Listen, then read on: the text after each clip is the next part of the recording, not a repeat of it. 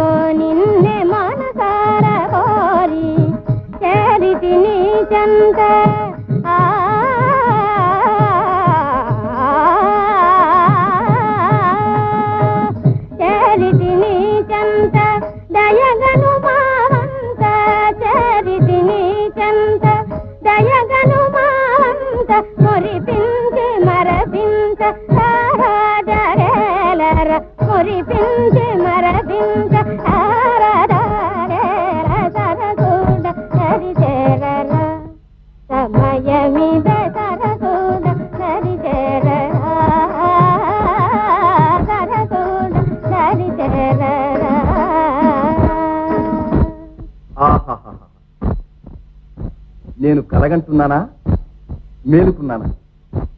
ఇది భూలోకమా స్వర్గలోకమా? ఇలా నృత్యం చేసింది రంభ, మేనక, ఊర్వశ, తిలోత్తమ. ఆహా, ఏమానందం ఏమానందం. గిరీశం గారు, గిరీశం గారు,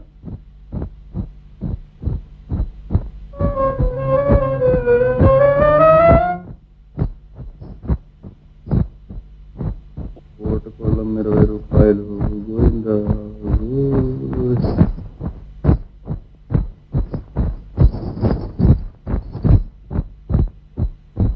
ఏమండి, ఈ లోకంలోకి దిగుతున్నట్టున్నారే? దిగిరావటం ఏమిటి? మధురవాణి ఏది? ఒక శేషాంజలా పారే. నువ్వు కళింగ రాజ్యానికి వన్ని తెచ్చిన వేశ్యాశిఖామణి. నీ నృత్యం చూస్తున్నంతసేపు ఆహాహాహా సుర గరుడోరగ యక్ష గంధర్వ కన్యల. అంత పెద్ద మాటలు సెలవీకండి. అమృతం తాగిన ఆదిత్య కన్యనైతే ఊరంతా ఎప్పులు ఎందుకు, సొమ్ముకి ఎటాముట్టి ఎందుకు, చేతిలో ఎర్రని యాగాని లేదని ఏడుపు ఎందుకు? ఇంకెన్నాళ్ళులే, నువ్వు ఇబ్బంది పడటం చూడలేక వ్రతభంగం అయినా సరేనని మా నేస్తులైనటువంటి హైదరాబాద్ నైజాం వారికి ఒకటి, బరోడా మహారాజా వారికి ఒకటి ఉద్యోగం కోసం 2 ఉత్తరాలు రాసి కనీసం 1000 రూపాయల జీతంతో తప్పకుండా ఉద్యోగం. ఆ తర్వాత నువ్వు నేను ఏకాయికి హైదరాబాద్ వెళ్ళిపోదాం. హైదరాబాద్ అంతవరకు వస్తే మీకు ఈ మధురవాణి ఎందుకులేండి? ఎంత మాట అన్నావు? నీకోసం కాకపోతే ఈ గిరీశం గారు దిస్ గిరీశం ఇంకొకరికి తలగ్గి నౌకరీ చేస్తాడా మధురం? ఏమో కానీ ఇప్పుడు ఇల్లు గడిచే మార్గం ఏమిటి? అందాక ఓ 20 రూపాయలు తెచ్చానులే. ఏది పరుసలకి ఉందండి. ఇందండి. భగవంతుడు మిమ్మల్ని నన్ను సమ ఉజ్జిగానే సృష్టించాడు, కానీ ఏం లాభం, తల వెంట్రుక వాసి తప్పుదోవల్లో పడేశాడు.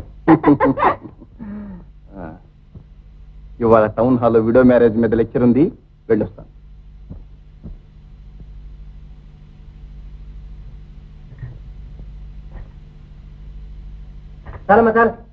ఏమిటి వీరయ్యా, పచ్చడి మెతుకులన్నా తినకపోతే నువ్వు ఎందుకు పనికొస్తావు? తినవో తిను.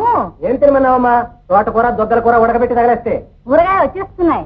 తొమ్మిది సంతకు మనిషిని తోలేసాను.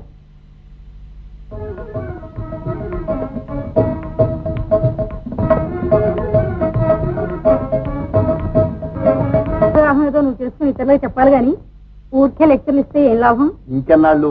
ఆ శుభముహూర్తం త్వరలోనే వస్తుంది, కొంచెం ఓపిక పట్టు. సరే గాని గిరీశం, నేను ఒక్క మాట అడుగుతా, నిజం చెబుతావా?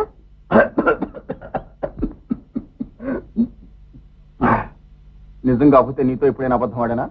నువ్వు ఈ మధ్య సాని తింటూ వెళ్తున్నావట. హరహర, ఇంత ఘోరమైన అబద్ధం నీతో ఎవడు చెప్పాడు? ఇదిగో విను, నేను యాంటీ నాచి. ఏమిటి? ఏమి నాచి? యాంటీ నాచ్ అనగా సాని అన్న మాట కూడా నా చెవిని పడకూడదు. సాని దాని శరీరం తగిలితే పరమ అపవిత్రంగా తలుస్తాను. పియర్ సబ్బురాజ్ కడిగితేనే కానీ ఆ కష్మలంబోదు. ఏమో, ఎప్పటికైనా ఈ పూటపుటి చాకరీ తప్పించి తొమ్మిద పంకుల్లా నా తల మీద వెంట్రుకలు నిలుపుతావని గంపడాసి పెట్టుకున్నాను. తథాస్తు, నీ కోరిక త్వరలోనే నెరవేరుతుంది. నువ్వు పరమ పవిత్రంగా విధవా వివాహం చేసుకున్న తర్వాత ఈ పూటకూటి చాకరీ ఎందుకు? ఈ సజీవ స్థలగ్రామం ఎందుకు?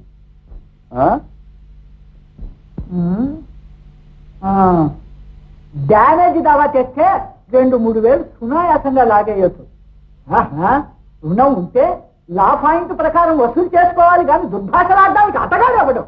నువ్వేం భయపడకు వీరభద్రుడు, ఆ రుణం ఎగ్గొచ్చే మార్గం కూడా నే చెప్తాను. దస్తావేజ్ ఉంది కదా, అదేలాగండి. ఈ కుమారుడు ఉన్నాడు కదూ, వాడు మహేంద్రాన్ని వాదిద్దాం, జాతకం ఉంటుంది కదా. ఓహోహో, నీకు ఏమీ తెలియదే. కాగితం అయితే అగ్గిపుల్లతో పైసలు, తాటాకైతే నీళ్లు పోయి.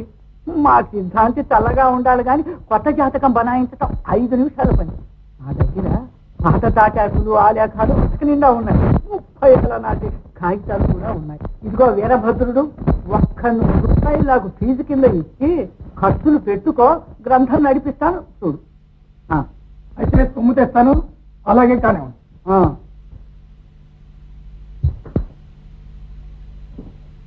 ఏమో అయ్య రావినాయుడు, సొమ్ము తెచ్చావా? 25 రూపాయలు ఉన్నాయి, తెచ్చినాను బాబు. 25 రూపాయలు అంటే ఎలాగా? ఇది క్రిమినల్ పాయింట్, కేసు పెడితే శిక్ష అయిపోతుంది. అనిష్ఠిగుతో వదలలేదు, ఇన్స్పెక్టర్ కూడా తెలిసిపోయింది. బాబు బాబు, ఎలాగో మీరే రచించాలి, ఇంకా దమ్మిడి కూడా లేదు. మరి చెప్పి చూస్తాను. పంతులు గారు, రావినాయుడు, ఇక నువ్వు వెళ్ళు. రమ్మను మన సెలవైందిట. కూర్చో సిద్ధాంతి. లుబ్ధావధానుల పెళ్లి వ్యవహారం ఏం చేశావు? చేయడానికి ఏముంది, తమ సెలవు ప్రకారం ముసలాడి జాతకం చూసి వివాహ యోగం సంతాన యోగం ఉందని గట్టిగా ఒక పొడి వేసి తక్క వచ్చాను. ఏడ్చినట్టు ఉంది. సంతాన యోగం ఎందుకు? వాడు అసలే పిచ్చిని కొట్టు. ధనయోగం ఉందనాలి. ధనం, డబ్బు ఖర్చు అవుతుందంటే వెనక్కి లాగుతాడు, వస్తుందంటే ముందుకు తూగుతాడు. ఇదిగో అందాక నీ భరాతం. అందా సిద్ధాంతి గారిని పంపించాను, నువ్వు కూడా వెళ్ళి ఓ ముక్తాయింపు అట్నుంచి వేయి. చిత్తం చూసావా నీ జోస్యం నా లౌక్యం రాపాడితే కానీ ఏ వ్యవహారం కాదు.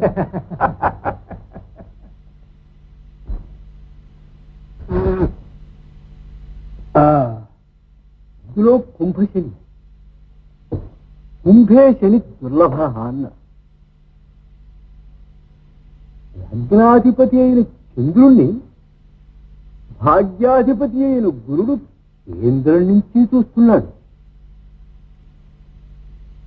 త్వరలో మీకు వివాహం, తద్వారా అకస్మాత్ ధనప్రాప్తి జరిగి తీరాలి. ధనప్రాప్తి కూడా ఉందా అండి? వివాహ యోగం ఉందని ఈ ఊరి సిద్ధాంతి కూడా చెప్పాడు. ఏమిటి మావా సిద్ధాంతి అంటున్నావు? ఓహో బండా సిద్ధాంతి గారా, నమస్కారం నమస్కారం. అంటే మామ తామలపాకు తెప్పించలేదు. పండా గారికి తాంబూలం లేదే బండి నడవదు. సరిగా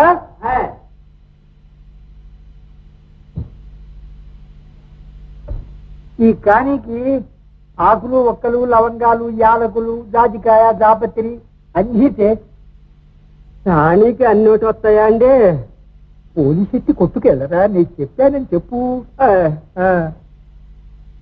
చెప్పించారా బాబు?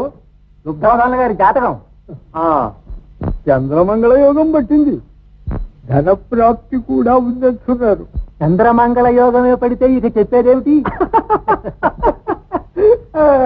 విశాఖపట్నంలో కొత్త మేడ కట్టారు కోడూరు సుబ్బయ్య శెట్టి గారు.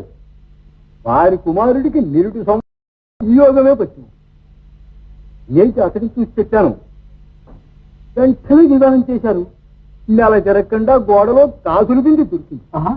కాసుల బింది తౌలపాకులు వేసుకోండి. ఏమిటి మామా కాసుల బింది అంటున్నావు? ఏమైనా అదృష్టం పట్టిందా ఏమిటి?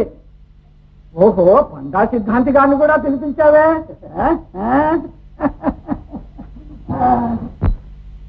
జాతకాలు తిరిగేస్తున్నావా మావా?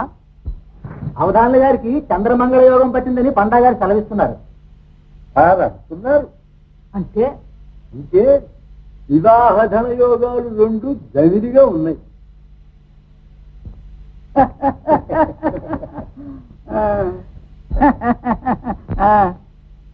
ఈ వయస్సులో వివాహం ఎలా జరుగుతుంది గాని ధనప్రాప్తి మాట ఏదో కొంచెం చూడండి. ఒకటి జరిగితే గాని మరొకటి జరగటానికి వీల్లేదయ్యా. ఇలాంటివి జరగటానికి వీల్లేని మహాయోగాలు జాతకాల్లో పట్టినప్పుడు మేలుకు బదులు కీడు సంభవిస్తుంది. కీడా అంటే వివాహం అయితేనే ధనప్రాప్తి, కాకపోతే మారకమో ధన నష్టమో తప్పదంటున్నారు. మారకమా? ఏమిటి మావగారు ఇలా అంటున్నారు? నీకు మారకం ఏమిటి మావా?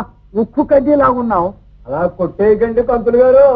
జనగా కివిడి జమీందారు గారికి ఈ మహాయోగమే పట్టింది. వివాహ ప్రయత్నం చెయ్యండి బాబు అని చెప్పాను. నా మాటకి లెక్క చేశారు కాదు. అంతే వారం రోజుల్లో ఊష్టం వచ్చి కొట్టేసి. ఊష్టం వచ్చి కొట్టేయటమే గుట్టడు ప్రాణం అనగా ఎంత? దీనికి గ్రహశాంతి ఏం లేదే. నవగ్రహాలకు ప్రత్యేకంగా శాంతులు చేసి దానాలు జరిపించి బ్రాహ్మణ భోజనం బాహుల్యంగా జరిపిస్తే భోగి పోనీ అలాగే జరిపిద్దాం మావా. ఆ శాంతులకి దానాలకి తగలేసేది పెడితే వివాహమే అవుతుంది. అవునులే తరాసు శుభం. మామగారు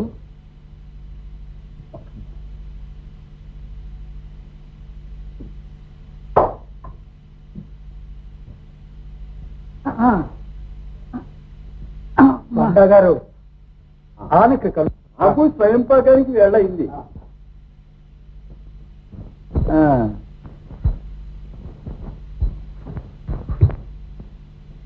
అమ్మాయి మీనాక్షి, మీనాక్షి పంపి కొంచెం మజ్జిగ చాట తీసుకురా. మావగారు విన్నారా? ఈసారి ముందు వెనక చూడకుండా వివాహానికి గట్టి ప్రయత్నమే చెయ్యాలి. అసలు జాతకాల మీద నీకు నమ్మకం ఉందా? ఇది వరకల్లా నా జాతకం మహగట్టి దాఖలా ఇస్తుంది. అయితే ఇది వరలో మనం అనుకున్న అగ్నిహోత్రావధానుల గారి కూతుర్ని రైట్ చేస్తాను. ఓయ్ చేస్తాను. ఇది అడ్వాన్స్కి ఒక 200 రూపాయలు.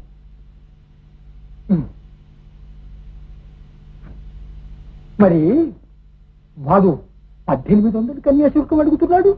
మనవసరమా వాడవసరమా? అవునులే, గత్యంతరం లేనప్పుడు ఏం చేస్తాం? చదివేద్దాం.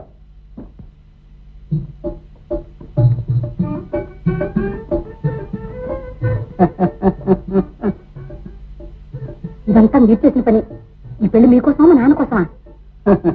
వేరే అనుమానాలు పడకు మరీను.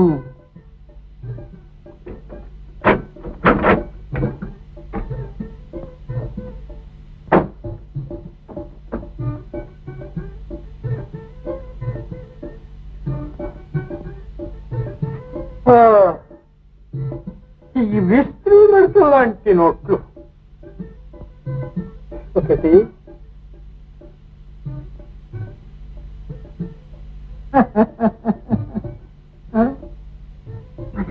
మామగారు ఇవిగో లెక్క పెట్టుకోండి. ఏమిటి మావా, మరి ఆలస్యం చెయ్యక ఈ మాసంలోనే ముహూర్తం నిర్ణయించుకురండి. మారకమో ఏదో ఉందంటున్నారు. ఇదిగో వాళ్ళే కమాను వెళ్తున్నాను. ఎందుకు మావా, నువ్వు ఇక్కడే ఉండు. ఏమిటి నాన్న, మళ్ళీ పెళ్లి ప్రయత్నం చేస్తున్నావా? లేకపోతే తావమన్నావా ఏమిటి? వివాహం కాకపోతే మారకం ఉందేశ. వివాహం అయితే ధనప్రాప్తి కూడా ఉందేశ.